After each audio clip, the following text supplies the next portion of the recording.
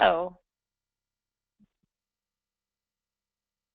My name is Rachel Komala, Chief of Staff of Nemertes Research. Welcome to the monthly webinar entitled Getting the Word Out, Making Sure Employees Actually Use What IT Delivers, presented by Robin Garris, President. This webinar consists of interactive presentation and moderation Q&A period. To submit a question, please use the control panel on GoToWebinar. If you experience any technical difficulties, please contact webinars@nemertes.com. Upon conclusion, you will be presented with a short survey. Please answer the question to provide feedback on this webinar and content for future webinars. We also ask if you would like to participate in our research. In exchange for your participation, you will receive access to our research. A replay will soon be available for viewing on our website. Let's go ahead and get started. I'm going to turn it over now to Robin Garris. Wonderful. Thank you, Rachel, and welcome, everybody. Happy to be here talking about this topic because it's something that we've been doing a lot with of late, not only from a research perspective, but also from a consulting perspective, just helping our clients out in this whole area of sort of like marketing IT, for lack of a better term. So let's jump into it here. If I can get my screen to work properly. There we go. All right, so for those of you who don't know about Nemertes, I think most of you, if not all of you do, but we're a research and strategic consulting company. We focus on analyzing the business impact of emerging technologies. So we are not the company that's going to cover every single technology under the sun. We do focus on the areas that are listed there in that, that blue box, and we look, of course, at digital transformation as well, which is kind of under the emerging technologies, but really focus on what the business value is of those specific technologies. And then the research that we conduct that you're going to see here, in this case, it's a combination of both benchmarks and surveys. So with the benchmarks, we actually go out and speak live to folks like yourselves, to IT leaders who are trying to make the best decisions for their companies, really forge ahead in technology, and so on. Those are live discussions where we really can delve into some of the detail, and those help us to frame the questions in the survey, which gets to a broader segment of, just a broader number of people. And we really use a lot of integrity methodology there to make sure that the data that we're getting back is good data. And then, of course, we also talk to vendors and really make sure that we're understanding the products and services and technologies that are out there and do analysis on that. And of course, we provide a lot of different services, ranging from an annual relationship with us to consulting to cost modeling and actually assessing vendors and technologies as well. And then we have our annual conference, the Navigator 360 conference, which is a wonderful conference that we hold every summer. Just finished this year's and it went real well. Okay, so jumping into the content, I'll start with a little bit on the methodology and demographics. I'll go into some of the definitions of what I'm really talking about here, and then we'll go into some of the specifics from the research itself. So what's going on with user awareness and adoption, which is sort of the category that we're calling this UAA, user awareness and adoption. What are some of the methods companies are using and how successful are they? And then just some conclusions and recommendations. Okay, so with that, this research is actually part of our digital transformation research, which I presented on earlier this month in one of our webcasts. But just to give you a little background on it, this research we did from January through June of this year, and we interviewed or surveyed 368 IT leaders, so just under 370 for this particular project. And we focused on companies with more than 100 employees. There are some in here with fewer than 100, but you'll see the demographics here in just a minute on the number of employees. But in addition to digital transformation, we also focused and evaluated, focused on and evaluated IT spending, and then this whole area of user adoption, user awareness and adoption, and essentially marketing, internal marketing of IT services to employees and sometimes even customers externally to make sure that people are actually using the technologies that those of us in IT are actually delivering. And then we also looked at staffing and hiring, which does overlay a little bit into this whole UAA area. Okay, so just to give you a little bit of an idea of the companies that are part of this research, you can see the sample is really sort of heavily weighted toward the mid-size and large companies. So those in the mid-size from 250 to 2,500, and then you've got large from 2,500 to 10,000, and very large more than 10,000. There still are some small companies represented here with fewer than 250 employees, and in this whole sample, 40% of the companies that we benchmarked or surveyed are global multinationals.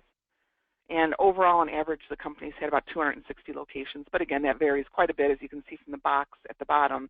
Varies quite a bit just based on the size of the company. So among those that are less than 250, the average number of locations was 4. For those that were more than 2,500, average number of locations was 756.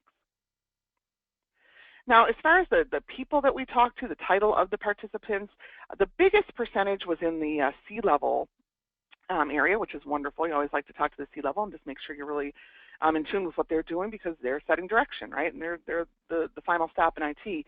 In this case, we did primarily, the bulk of that 28% is CIO and CTO, but we did talk to some chief executive, chief financial, information security, marketing, and strategy officers as well in that group. And then the rest are in management positions, manager, director, VP level.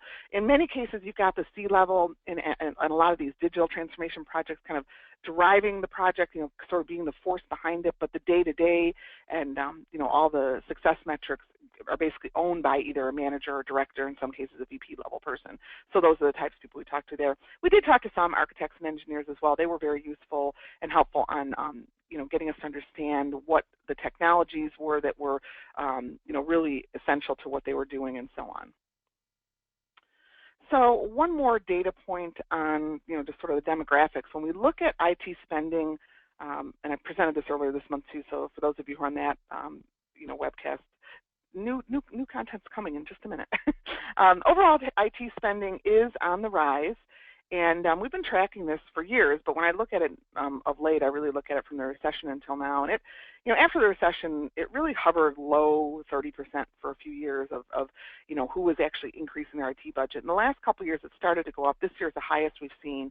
61% of companies plan to increase their IT budgets. Well, what are they increasing on? If you look to the chart on the right, the biggest area is adding to the IT staff, which makes perfect sense when you think about how long it's been since IT has really increased its staff. After the recession, we saw a lot of decline in the number of people in IT, a lot of that due to attrition, just not replacing people who left. And now we're getting to the point where, okay, if IT is not only to keep the lights on, but also to really be able to, get these digital transformation projects underway, we need more people in IT. So you're starting to see that happening. They're also spending money on specific, very explicit technologies. They're looking more and more at research and development. That's falls in line with digital transformation, really trying to figure out what they need to do next. Shift to the cloud, that factor is actually on both what's driving your spending increase and what's driving your spending decrease. Really kind of depends on what you're doing in the cloud. A lot of times when we see companies going to platform or infrastructure as a service, they tend to see a decrease, but when they're doing software as a service, they tend to see an increase. I did some research on this earlier this year looking at unified communications and collaboration, and I will say that in that area, for example, when you move to the cloud, especially larger companies, we're not yet seeing that, that coveted decrease in spending, because you really see companies still having their IT staff focusing on other areas. And one of them is, in fact, this whole user adoption area. They're not going to reduce their staff in that area. In fact, they're increasing it in that area. Also in partner management, they're going to add some people there to make sure that the relationship between them and their new cloud provider is working well. A lot of people still working on integration. So if you're moving something to the cloud, you still have some integration work to do.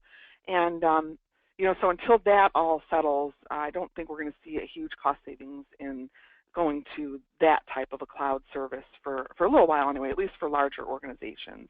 But anyway, you can see some of the other areas. You do have retraining IT staff, which I kind of put hand in hand to adding to the IT staff in some respects. No, it's not an additional person, but it's taking somebody who may have otherwise been laid off because, let's say, you're moving to the cloud and you don't need the same people for break fix anymore, but you want someone to do partner management. You might start training that, some more people in that space, or interacting with the business units and so on. Okay. So a couple more interesting things on this chart. We are seeing that IT spending inside and outside of IT, it's about a 60-40 split right now. That's the highest we've seen outside of IT in a while now. I think it was about 2 years ago. I remember it being about 17%. So it's definitely going up. I will say, though, that as I talk to IT leaders about this, your first response might be, oh my gosh, are the CIOs just going nuts here because they're losing their spending? It's not so much that they're losing spending, or losing budget, I should say. It's actually business units just picking up additional incremental revenue for technology spending. What has changed in the last year is that IT, sort of the CIO, CEO, have really reined this whole thing in, because for a while we were seeing business units going out and spending on really whatever they wanted, not consulting IT, and in many cases, of course, not all. As an industry, though, we're really seeing that kind of brought back in, where if you're a business unit, yeah, it's great that you have a budget for technology spending, but you still have to go through IT to either procure that for you or to at least sign off on it to make sure that what you're spending on is not violating corporate security or risk management policies, that it's not going to bring the network down, that the company has the network capacity for whatever is going to happen here. And actually, when I talk to CIOs, they're pretty happy about this. They're like, if all this spending was back, centralized in IT, first of all, it's more for us to manage. Secondly, the number looks too big, so that's a real logical place when they're trying to cut the budget to cut. Whereas if it's more decentralized, no one really has a good, comprehensive perspective on how much we're really spending on IT. So that was kind of interesting. So anyway, that's what we see happening with IT spending. Okay, so let's get into some of the definitions. And again, this is something I presented earlier. I just want to make sure everyone's level set, so I'm going to kind of zip through this. But I want to make sure everyone understands digital transformation, because there is a link between this and what we're seeing with user awareness and adoption and getting that information out to employees. So when you look at digital transformation, just at its basic level, what is it? Well, it's the innovative application of some technology. It could be cloud mobility. It could be something more innovative like IoT. It could be artificial intelligence, virtual reality, anything that's going to ultimately improve a process, a product, or an experience. I've got some examples listed there on the left. And then what that ultimately does is drive value. It improves the customer experience. It reduces costs for the company, improves the productivity of employees, or raises revenue, increases your sales. And the key here is that those yellow arrows are indicating that these gears start turning, and they have to keep turning faster and faster and faster. Speed is also important with digital. If you don't have that, then your transformation is just not going to happen. So all these gears have to keep moving. If one of them stops, there's no transformation. If it's not moving quickly, there's no transformation. And we really need to see some of these value components. And that's where, keep that in mind as we start talking about user awareness and adoption, because there's a real value component here that we have to think about. So the components of transformation, you've got your business case, so what exactly are we trying to achieve here? Is it something we're embedding in products? Is it a customer experience? Is it some new process? And how are we going to pay for it? What should the budget be for a digital transformation? Who pays for it? What's covered? If you're interested in any of this, we do have data on that, and that was covered in our last webcast, in addition to the other areas here, the people. How many people should you have from which areas? Who should be leading it? What should partners be doing?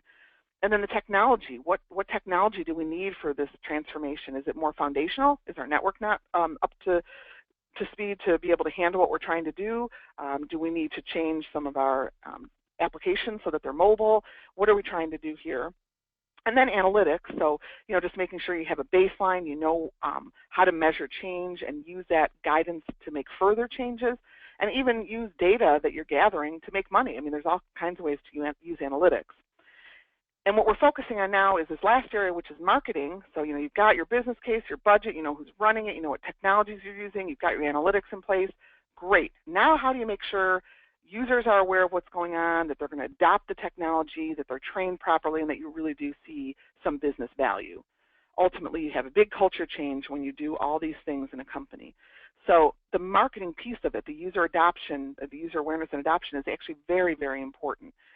So when we really look at this whole area of user awareness and adoption, what does it mean? Well, at the bottom, we just start with marketing. It's just, plain old marketing people getting the word out. There's some new technology company. Let's think of new, clever, creative ways that are really going to resonate with our employee population. And you can extend this also to customer populations. But what do we need to do to get that word out so people know what's coming? Then they know what's coming, but how do they know how to use it? You start with the technical training, like, okay, so click here, move this box here, the actual how to actually use it from a training perspective, and those are your technical trainers. What gets very interesting is the next level, which is when you get to, okay, I now know how to use the tool, but how can I use it to make me as an employee more efficient, or me as a customer happier with my interaction with you? And that's where we really get into user adoption and experts, Some of the business unit managers might be getting into play here because they're going to know, okay, I know what your day-to-day responsibilities are. This new technology is really going to make you more productive. You're going to have an extra hour in your day. Let me show you how, that type of thing. And then also, kind of moving up to the whole digital transformation, you might also have chief digital officers, chief digital marketing officers, business technology liaisons, talking about how you can integrate technology into specific products or services or customer interactions. And it gets more and more, into what you're doing, what you're selling, who you're interacting with. So that's all what we really mean here when we talk about user awareness and adoption. It's the work behind it that gets you to this point. So let's get into that. So when I get kind of behind the scenes, I call it, of user awareness and adoption, what do we really mean here? Why is this happening? For a long time, I think we all can agree that at most companies, when a new technology came out, it was typically an on-prem technology. Typically, IT would roll it out. They'd send out an email saying, hey, guess what, this is ready. Maybe some trainers would go out and hold a few sessions, and then they would just move on to the next thing. A year later, when they were looking at the technology, they kind of see, boy, only 15% of the employees are actually using this. I wonder why. And they've got a list a mile long of different technologies, new rollouts that they have to deal with, and just keeping the lights on. So they don't have time to go back and figure out how to get more people to adopt a technology. So that's all. That's sort of how it was. I don't see it staying that way moving forward. Why is that? Well, first of all, I think we really need to attract and retain employees. Every company we talk to is struggling with this right now. They have a lot of people retiring over the next 5 to 10 years. They want to attract the best and brightest, and they want to keep people. How do you do that, especially with the younger workforce that really likes technology, really wants to be able to use the coolest new wearable, the coolest new laptop, the coolest new tablet, whatever the case may be? How do you do that? Well, you've got to have those technologies in place. You have to make sure that your company is comfortable using them. So that's one of the reasons why we see organizations saying, okay, we really do want to be able to attract people, but we can't attract people when we're, using the Palm Pilot, and I'm just joking, but you know what I mean, when we don't have the most current technologies and we're not really embracing them. Similarly, you want to be able to bolster customer service. So, at any company these days, they're looking at what their competitors are doing, and wow, they're communicating with their customers over mobile devices. They can quickly escalate to a video conference. There's awesome new technologies out where you can someone could be on your website and you're actually shadowing what they're doing to see if they're having problems. And when they do, you can kind of go right in there with an IM saying, hey, can I help you do whatever it is that you're trying to do and having trouble with? So, bolstering customer experience is another driver. We don't want to be kept behind, we don't want our competitors just to blow us away here. We've got to make sure that our customers are communicating with us in the way that they want to. So, also digital transformation more broadly speaking, and that's why I was talking about that before. You have to get to that value side of the equation. You have to be able to show that your employees are, in fact, becoming more productive because of technology. The transformation initiative is doing something to add value. Well, if people aren't familiar with the basic new collaboration technologies, for example, how are you going to ever achieve value in other areas? So that's another thing.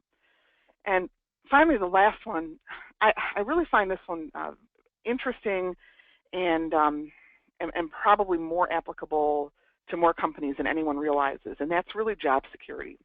What do I mean by that? Well, in the past, in IT, like I said, you typically would deploy an on-prem solution of whatever you were doing and, move on to the next thing. And no one ever went back and looked at, hey, did we save money on that deployment? Was a business case that we built beforehand, did we realize those numbers? No one ever looked at it. No one ever thought about the budget again. Now, as we move more and more applications and platforms and infrastructure to the cloud, your budget is being scrutinized much more closely and on an annual basis. So if, let's say, UC is a good example of this because this is one of the big things we see user adoption and awareness programs all about. But let's say, if in the past you had an on-prem unified communication system and you're moving to the cloud. Everything's done, move to the cloud, and that's your responsibility now. This is your area. And in another year, they come to look at the budget and see, okay, boy, we need to cut in some areas, and we only see that 10% of the employees are actually using all these technologies that you have in this cloud-based service that you've put into place. chances are probably pretty high that they're going to say, well, obviously no one in the company needs this, so let's just get rid of it. And then where does that leave your job? So we are seeing, that individuals within IT are saying, look, I know this technology is awesome, and I know it's going to make people more productive. It's just that everyone's too busy in their day-to-day, responsibilities. They don't want to take the time out to learn something new. I'm sure we've got it on everyone's desktop, but everyone's just, still doing their old thing. None of the leaders in the company are embracing this. So if the leaders don't embrace it, the employees don't think they have to. So, I'm kind of stuck here. Nobody's using it. Well, okay, that's when you have to really start thinking about marketing that technology internally, explaining to people that it's available, why it's good, what you can do, how it's going to help your life, that type of thing. And so we're starting to see that as well, really driving this whole area, again, sort of behind the scenes. Okay, so let's get to some of the data that we've uncovered here in this research. I think one of the more compelling pieces of data is that when you have a user awareness program, it correlates with success overall in IT. So what we did here was we simply, during this research, we asked people, the question was, how does your company view IT on a 1 to 10 scale, where 1 is unsuccessful, 10 is extremely successful? And to be honest, most companies are already asking these same questions to their business units. They had a pretty good understanding of how the business would rate IT. So we had the average rating, and we just basically segmented it by whether you have a user adoption program or whether you don't. Of course, correlation is not always causation, but it does indicate that those with a user adoption program are certainly seeing more success in IT, at least in the subjective rating, than those who don't. So most of the organizations that we talked to or surveyed in this particular research do, in fact, have an initiative underway to boost user adoption. You can see it about 55.5%.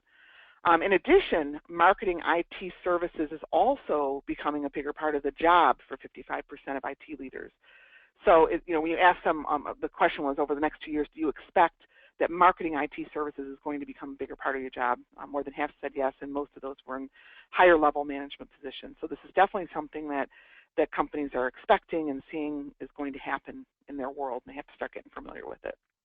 Now, the problem is that those who are sort of the least qualified do most of the marketing. What do I mean by that? Well, if you look at the pie chart on the left, 33% of companies have their technical staff within IT actually doing the marketing, followed by the marketing staff within IT. So within IT, you have people who have marketing expertise, communications expertise, that type of thing. They're doing this whole initiative. 19% are using a marketing staff outside of IT. So in other words, corporate comms, corporate marketing is actually doing the internal marketing for IT, and then 20% have no one. So if you look to the right, we then correlated those people with how successful the marketing initiative is on a 1 to 10 scale. So you can see that those who are using a marketing staff within IT are the most successful, followed by those using a marketing staff outside of IT, followed by those with a technical staff within IT. And again, you run these numbers, you have no idea how the charts are going to turn out, but this one, turns out pretty much as I would expect it to turn out, thankfully, because then I'd have a lot of questions as to why, people with no marketing are most successful if that were the case. But, so you can see here that really for the most successful outcome, you want to have people within IT doing the marketing of IT services. And those people should have marketing expertise, not the technical staff. The technical staff does not, marketing is a discipline, it's a function, it's something that you're either good at or you're not, either know how to do or you don't. Somebody who is a technical person who knows how to roll out a new technology is typically not going to be the same person who knows how to market that technology. Likewise, the person who's going to market the technology has no idea how to roll it out. Sure, they have to work hand in hand, but you don't want the technical person marketing the technology just as much as you don't want the marketing person rolling out the technology. So when we look in IT, most companies are in fact still hiring people who are technology experts with some business experience. We didn't see change in this at all from 2015 to 2016. About 30% of companies are primarily hiring business experts with some technology experience. If you segment this by small, mid-sized businesses, actually that yellow slice of the pie is quite a bit larger. It goes from 29.9% to 37%. So when you look at SMBs, they in fact are hiring more business experts with some technology experience, presumably because they've moved more into the cloud. They don't have to worry as much about day-to-day break fix, so they're really looking at trying to, do more digital transformation, do more where you're looking at technology as a business value rather than a day-to-day keep the lights on type of function. That said, we see about a third of companies having trouble finding IT staff, and actually there were fewer having trouble this year than there were last year, so that's good to hear. So when we see about, I mentioned earlier that companies are planning to increase their IT staff handling, their IT staff in general. So what we did was we asked them, where are you increasing your IT staff? You can see all these different areas here. Customer experience is number one, followed by sort of the technology evaluation, the CTO area. So as we move into new technologies, as we do more digital transformations, we're looking at new technologies. We want to make sure we can evaluate that technology, not necessarily run it day to day, but evaluate it.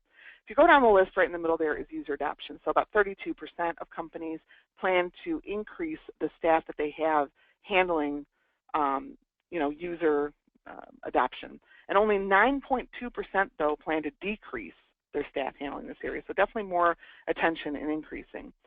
When we ask them then, by what percentage do you plan to increase or decrease your staff? They're going to increase the staff by about 15%. Those who are going to decrease their user adoption staff are decreasing it by about 11%. And that's really among the lowest. Just the only one that's lower than that is customer experience. So definitely some activity in this space, as you can see. So what's driving it from a technology perspective? It's really around the collaborative applications. So the top bar and the bottom bar really kind of, explain that. The 49%, just about half of companies say that the technologies that are driving their user adoption initiative are personal or team collaboration or room collaboration. Also as part of this, mobile services, enterprise apps, and security as well. So when we asked also what's really driving the initiative, from a practical standpoint, the biggest percentage, 57%, said, we really want to do this because we know employees are more productive with the new technologies available. 43%, well, they want to improve the customer experience externally, so that's why they're going to really launch their user adoption initiatives. 28% get to what I was talking about before. They need to justify their spending by showing that employees actually use the service. So, again, a little bit about job security there as well. And 19% of companies say, we just roll out too many services that our employees simply do not use. So we need to make sure that what we're doing is resonating with our employees. So that involves a lot of surveying and talking to employees and tracking and measuring who's using what, when, and why. So what kind of methods are companies using? Well, I would say as a starting point, data is really important. That really helps to ensure success. So starting at the top, no matter what it is that you're doing, you need to baseline what you're doing today so that you can measure how that's changing and improving hopefully tomorrow.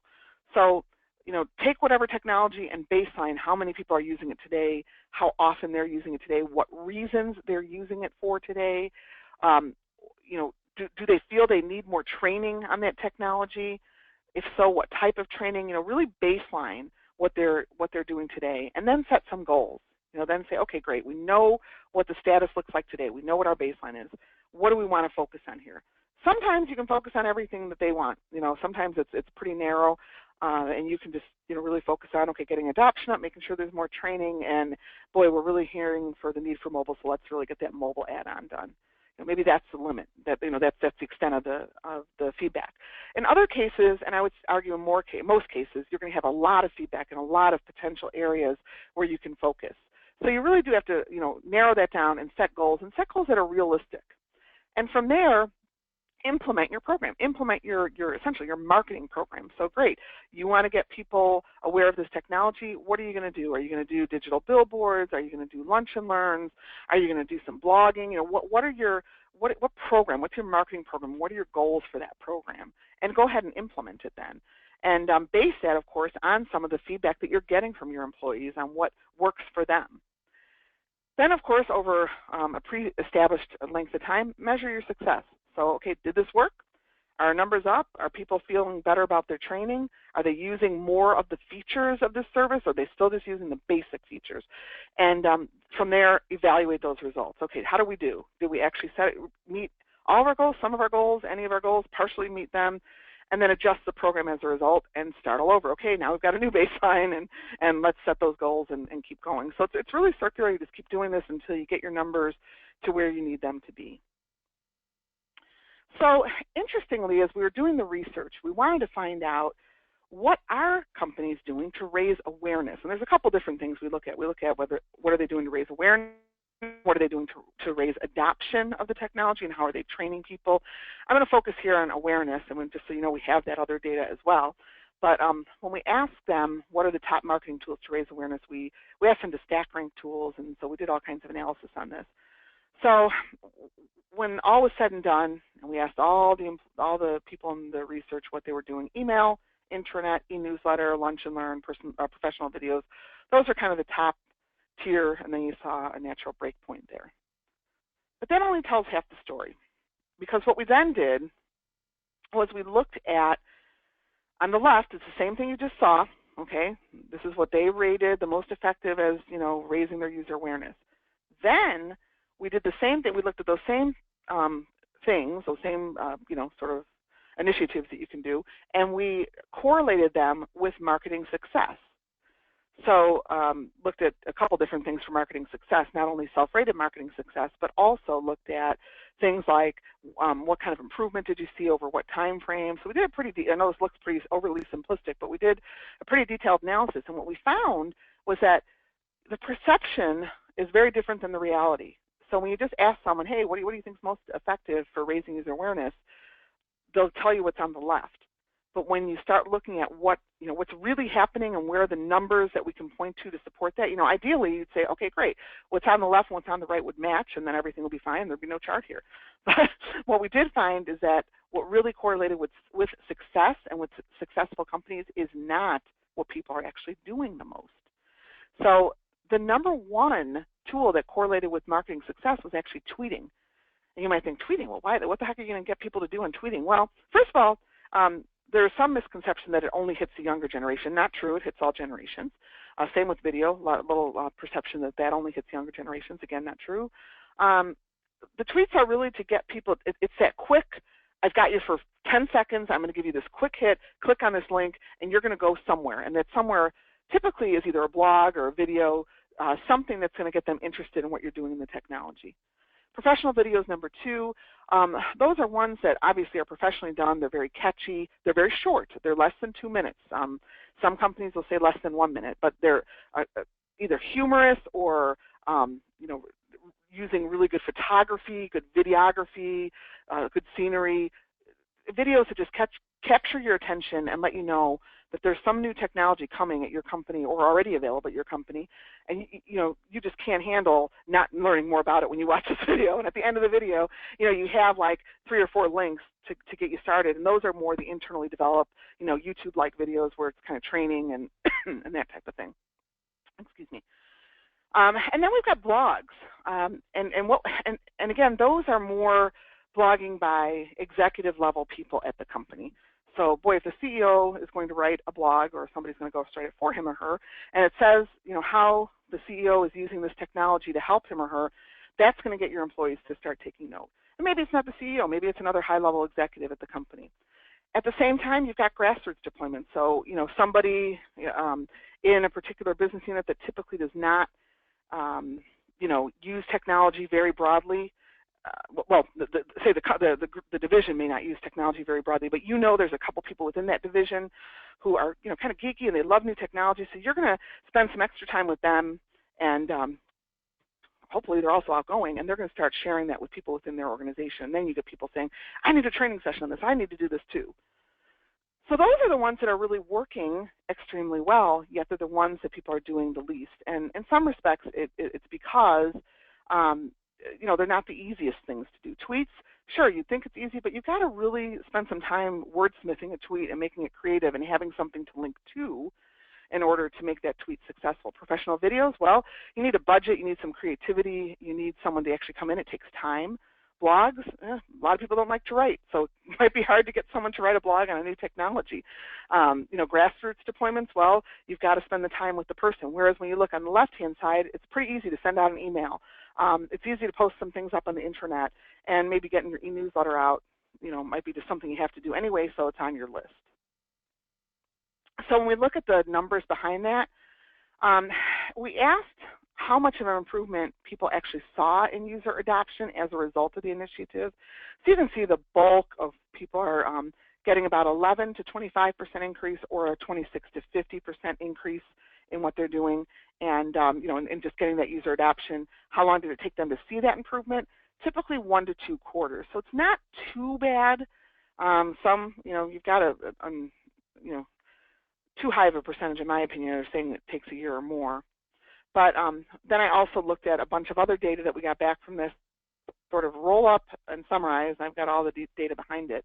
If you're looking at trying to get the biggest percentage improvement in adoption, if you're really what you care about is, I've got 100 people using this today, I need to have 1,000 using it. I don't care how long it takes, I just need to get this this percentage up.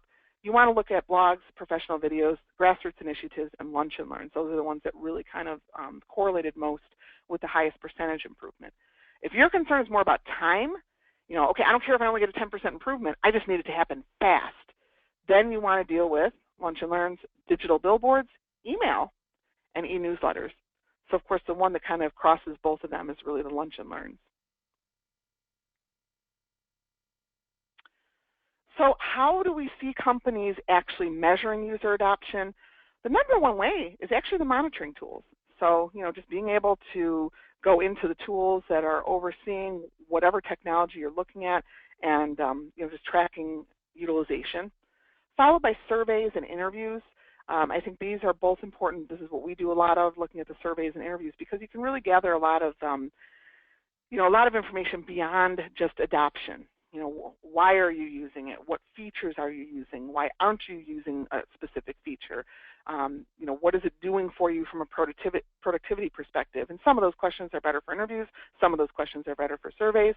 But that really gives you some real customized information from your employee population, as opposed to just what you think is what's your best guess. And I'll tell you, as I work with companies on this, it's very interesting to go into one of these projects, and we do hypotheses. Well, what do you think? What's your hypothesis, and what's going to come out here? And how often our hypotheses are really off of what's really happening in a particular company. So whereas companies might think, well, yeah, video might be good, but boy, that's only going to hit the millennials. Not true. In fact, in 2 different projects we were working on, that was completely the opposite. The videos, the how-to videos, were actually hitting the older age groups more so than the younger age groups, which was very interesting. So, you really have to track what's going on at your company to make sure that your marketing initiatives are actually successful. Now, we do see that companies want trusted partners to help them with marketing IT. 84% say they do. So, what do they want the partners to do? Well, they want someone to come in and actually train their employees. So sometimes it's a training company. Other times, to be honest, it's the actual technology vendor. So, you're using Microsoft Skype for Business or something, or you're using Cisco Spark. You want those companies or the channels to actually come in and do some technology days with you and help train the employees, or provide you with materials to train the employees. In some cases, it's more about identifying what the requirements are and building the strategy. You've got measuring adoption, the actual interviewing and surveying work, creating videos. So we talked about that before. Not only going out to professional video companies to make something custom to you, but I talked to plenty of companies who say, I want our technology providers, our suppliers, to actually give us some videos that they've done. They've got huge budgets. Let them make these videos. They know their product. Let them make videos, and we'll put them on our intranet, and maybe that will be that launch pad to get people to start looking at the custom training. And then in some cases, it's even just writing marketing materials, ghost blogging for for somebody at the company, or even on the intranet, if you're using a particular technology from a vendor, having that vendor write some things about, hey, these are some really cool features that you may not be aware of. So what could you do to improve marketing? We asked the companies as well, and there's a few things. things, use cases. So when employees want to be able to look at use cases, they want to be able to see, okay, what is this technology going to do for the company?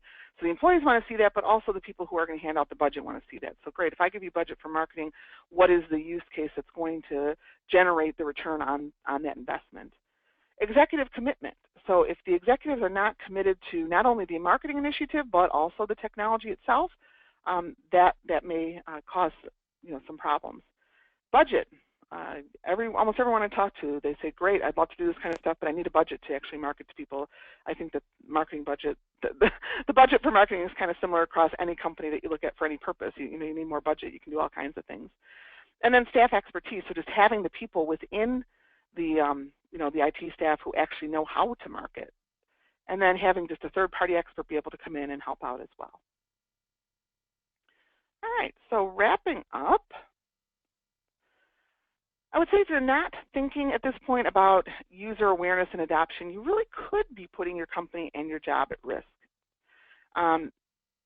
Again, I explained about your own job, especially if you're moving to the cloud, but the company itself, I mean, if you're not really prioritizing technology and user technology in your company, your competitors are totally going to, leapfrog you, not only from a customer experience perspective, but, from a, it looks like my connection was just lost. I don't know what's going on there.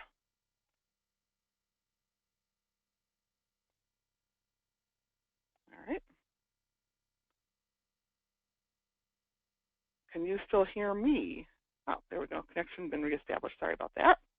Okay. Whoops. All right. So I saw that my connection went down. I hope that everyone was still able to hear me. The second thing is just developing a methodical approach that works for your environment. So, there's a lot of different things you can do when it comes to user adoption and awareness, but make sure that you're doing what works best for your environment. And a lot of that is going to mean that you're going to have to measure and survey and understand what people want. Do not rely on the technical staff within IT. You definitely need marketing experts to have success. And then, of course, conduct those baseline assessments and measure what's improving, so you know what's working, what's not, where you're having success. And then, of course, rely on your partners. And, my shameful advertisement here, we can certainly help in this area. This is an area that I really enjoy working on with companies. So if it's something that you're struggling with, I'd be happy to jump on the phone and talk to you about how we can help. And with that, whoops. So if anybody has more questions on this, all of our clients, of course, had access to this data. And if you want any specific cuts of the data, there's more data than this. Of course, you have access to all of it on our website. Or if you have specific questions, just reach out to client services. Non-clients, we would love to have you as a client. You can, at any time, contact our sales group at sales@nemertes.com. Same phone number works for both. So certainly happy to talk to anyone about this data. And our next webinar is my colleague Jonathan Johnson will be presenting Get Real, See and Respond to Attacks as They Hit with Real-Time Behavioral Threat Analytics. So with that, Rachel, I'll turn it over to you for some questions. All right. The first question is, how is ROI measured for user adoption? Rachel, you there? Yeah. Can you hear me? Hello? Robin? Hello? Can you hear me? Hello?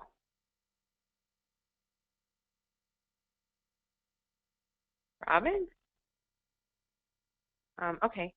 I think we might have lost Robin. So I will give her those questions, and she will email the responses to whoever asked questions.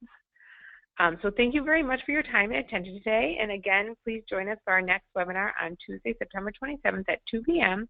Get Real, See and Respond to Attacks as They Hit with Real-Time Behavioral Threat Analytics by Jonathan Johnson. Everyone have a great day.